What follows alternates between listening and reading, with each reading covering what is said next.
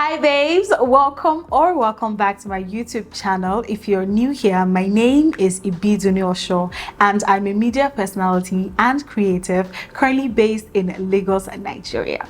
And in today's video, we're talking about 7 healthy habits that make you strong or stronger mentally.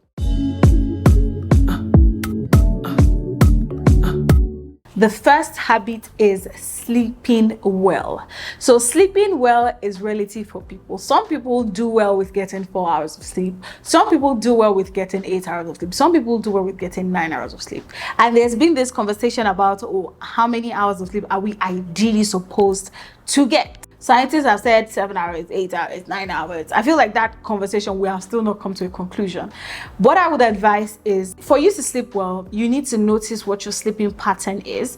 You need to figure out what works for you. I think in our video when we're talking about productivity, I touched on the importance of sleeping well, right? And in that, I talked about how if you go to bed early, there's a very high chance that the next morning when you're up, you're more energetic, you have the zeal, most likely you would have the zeal to take on the day. So I would say it's almost the same thing when it comes to mental strength. If your mind is well rested, there's a very high chance that whatever gets thrown at you by life or by people or by society, you're able to take it on. Most likely, guys, the key word here is most likely. You're able to take it in good stride because at least your mind has been well rested. Your mind has been able to segment away, all the worries that were from the night before. And the next day, you most likely would have a clearer mind. The second tip is practicing active listening. And I would say that this is something that applies to everyone. So that scenario when somebody's talking to you, right? And because you're a very empathetic person, what they're telling you is probably something you've been through. And because you don't want them to feel like they're alone, you're saying, oh my God, yes, I've been through it too. It happened to me too. What usually happens is that person then does not feel heard anymore. Even if you're not saying it to take the shine away from that person, most likely they would feel like you're no longer listening to them. Like you're now saying what is happening to you. Now they have to listen to you, right? But when you are able to practice active listening, your mind is able to hold yourself back from, talking about, your own experiences, but also able to break down everything that person is telling you so that when it's now finally time for you to talk, everything that you say is objective.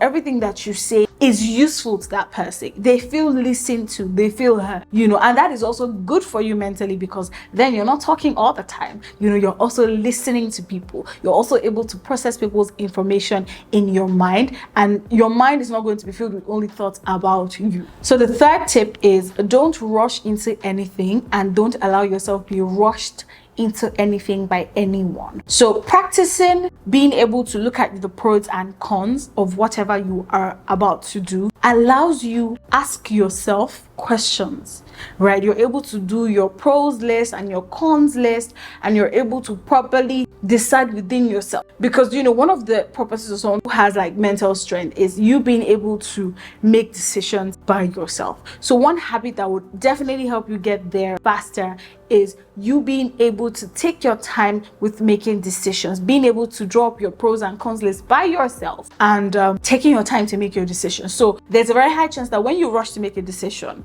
you most likely would look back and be like, I shouldn't have done that. I could have done that another way. But when you have taken your time, looked at your pros and your cons, consciously decided to do something, you are aware of the things that are making you make that certain decision to either go ahead with something or not do something.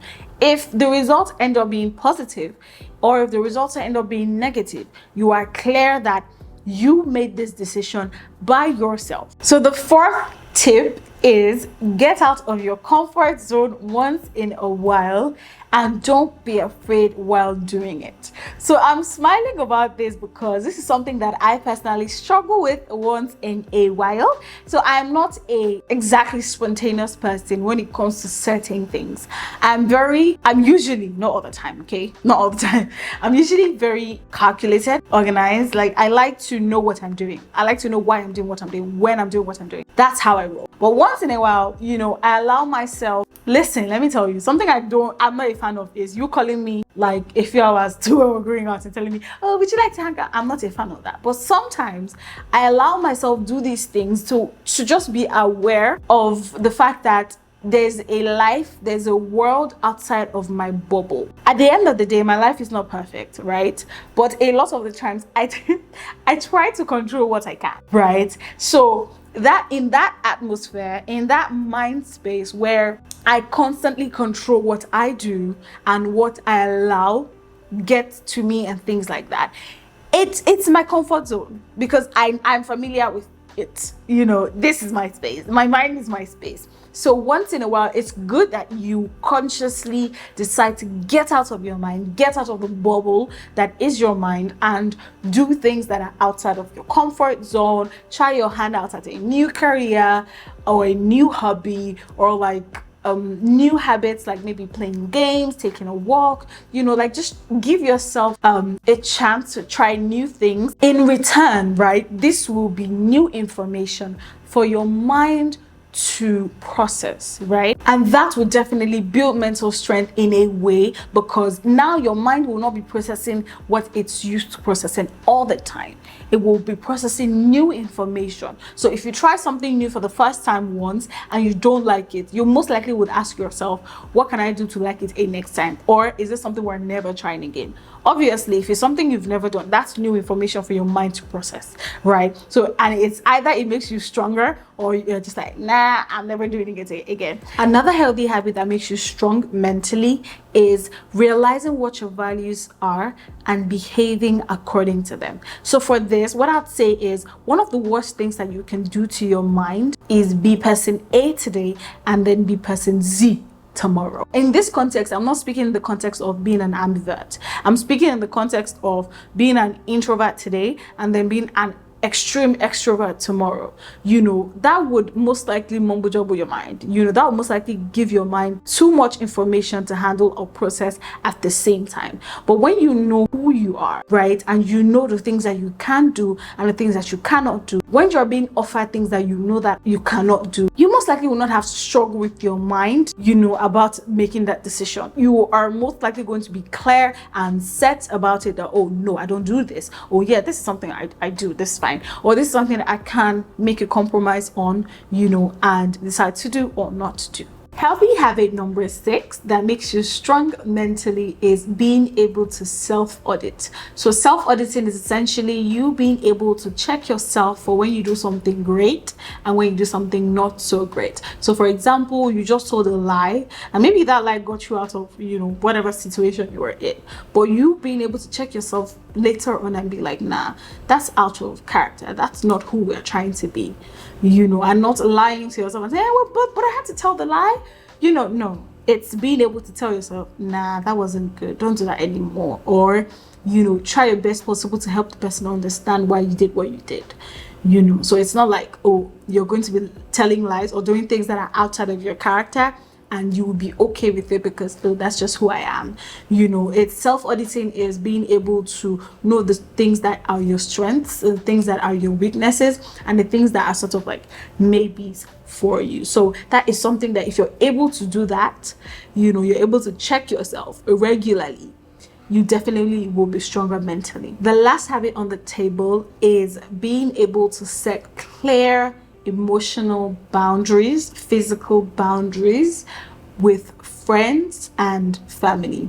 So I honestly think that this is something that has been like debatable for a lot of people, and it stems from, if you don't know the things that you are okay with and the things that you're not okay with, how are you able to set the boundaries, with your friends and your family? How are you able to tell them, you did this to me the last time, I wasn't a fan of it, please don't let it repeat itself, without without necessarily coming off as, oh, you're trying to fight, without necessarily coming off as, oh, this person is just spoiling for a fight, this person does not want to be my friend anymore. That no matter how calmly or nicely you tell somebody to not do something anymore, there's a very high chance that they most likely will not understand you. But you being able to make peace with yourself that this is just something that is not okay with me. So if you're not okay with not doing something that is not okay with me, then you can take the wall. And this applies to friends and to family, you know, especially family, because I feel like it's harder for a lot of people to draw boundaries around family.